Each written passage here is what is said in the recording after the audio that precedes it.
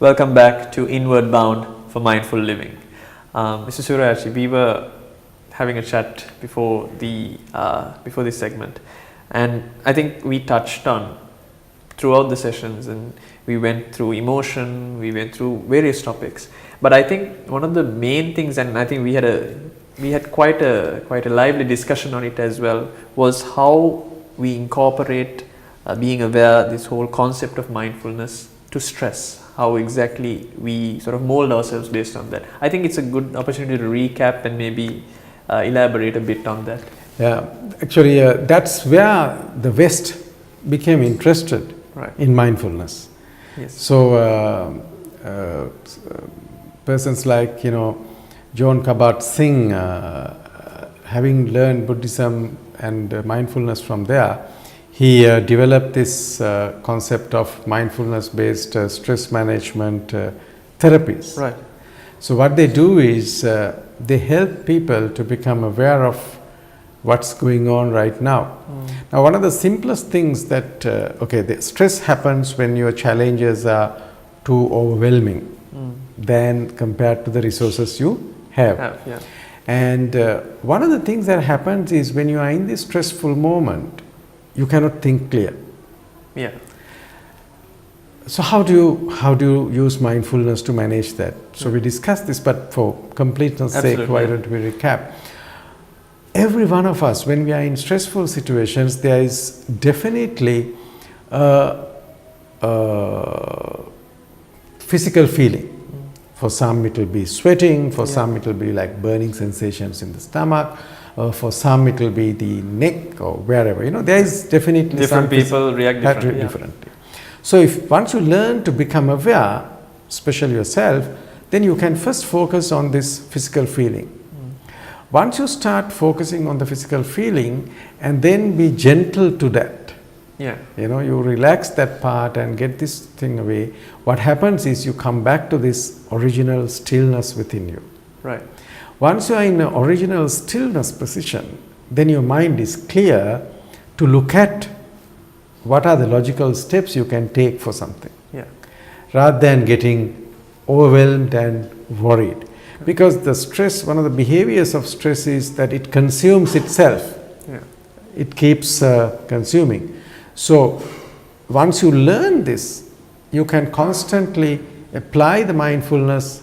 When you are stressed, you first become aware, okay, I'm stressed. And that is the beauty of practicing mindfulness as well, right? Because initially even I thought the mistake is, okay, if my mind is wandering, then I've failed, I've lost the plot. But it's not that. And I think what you've rightly said every time, even in relation to stress, is that be aware of the fact that your mind is wandering off. Yes. And then park it, come back to the present moment. Because remember we discussed in mind, you cannot have two thoughts at the same time.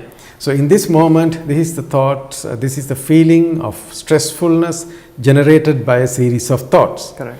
The moment you become aware, I am stressful, so it means, I am experiencing stress, it's a different thought. That if that thought is very strong, this thought will not grow. Correct. But normally when this is very strong, it will come back. Then if you become aware, you keep becoming aware, then what happens is you don't allow this worrying thought or the stressful thought to proliferate. Actually, that is what happens. Right? So a mosquito can come and bite us. And if you want, we can end up having dengue right now. Because in our mind, you can get into the, in the next few thoughts, you can end up in the ICU of a hospital. Now that's how the mind will proliferate things. Correct. So if you know that I am proliferating, I am editing, I am directing my own movie, you can stop this direction for a while. I think you brought out a very good point by suggesting that how mindfulness got introduced to the West also is because of stress, because it's very important. And I think we've come to a point of time in this session, since it's the final episode as well, Mr. Suryachi, that many of our audience might be wondering that, okay, so now this program is over, I've gone through these guided, so to speak, sessions, but from this point onwards, what resources are there for me what exactly can I do, and who shall I contact, or how exactly can I go about practicing this, and if I have any doubts or questions, how can I figure that out? Okay.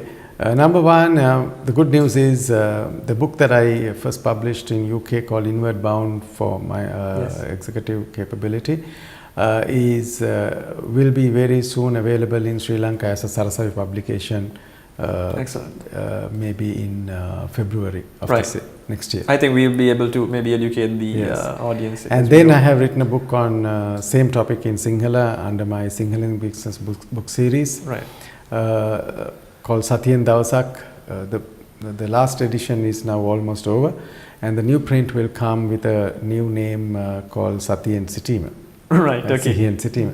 And then you can visit our Facebook page, Deepal Suri on Facebook. I think we'll be actually providing that on the screen as well, so you can have a look at that. Yeah, so you can ask questions and things like that. And very soon we will be making available some of these guided sessions, and of course on the RTV YouTube channel these sessions will be available for you to watch. I think on a personal level I must thank you, Mr. Suryaarachi, for I think I wouldn't be wrong in using the word enlightening me in relation to mindfulness and how I can incorporate it as a young corporate. And I believe many of our audience also has benefited, and hopefully from the resources that you have provided in this show, as well as several other resources which are available to the audience online, as well as the course that we intend to start very soon.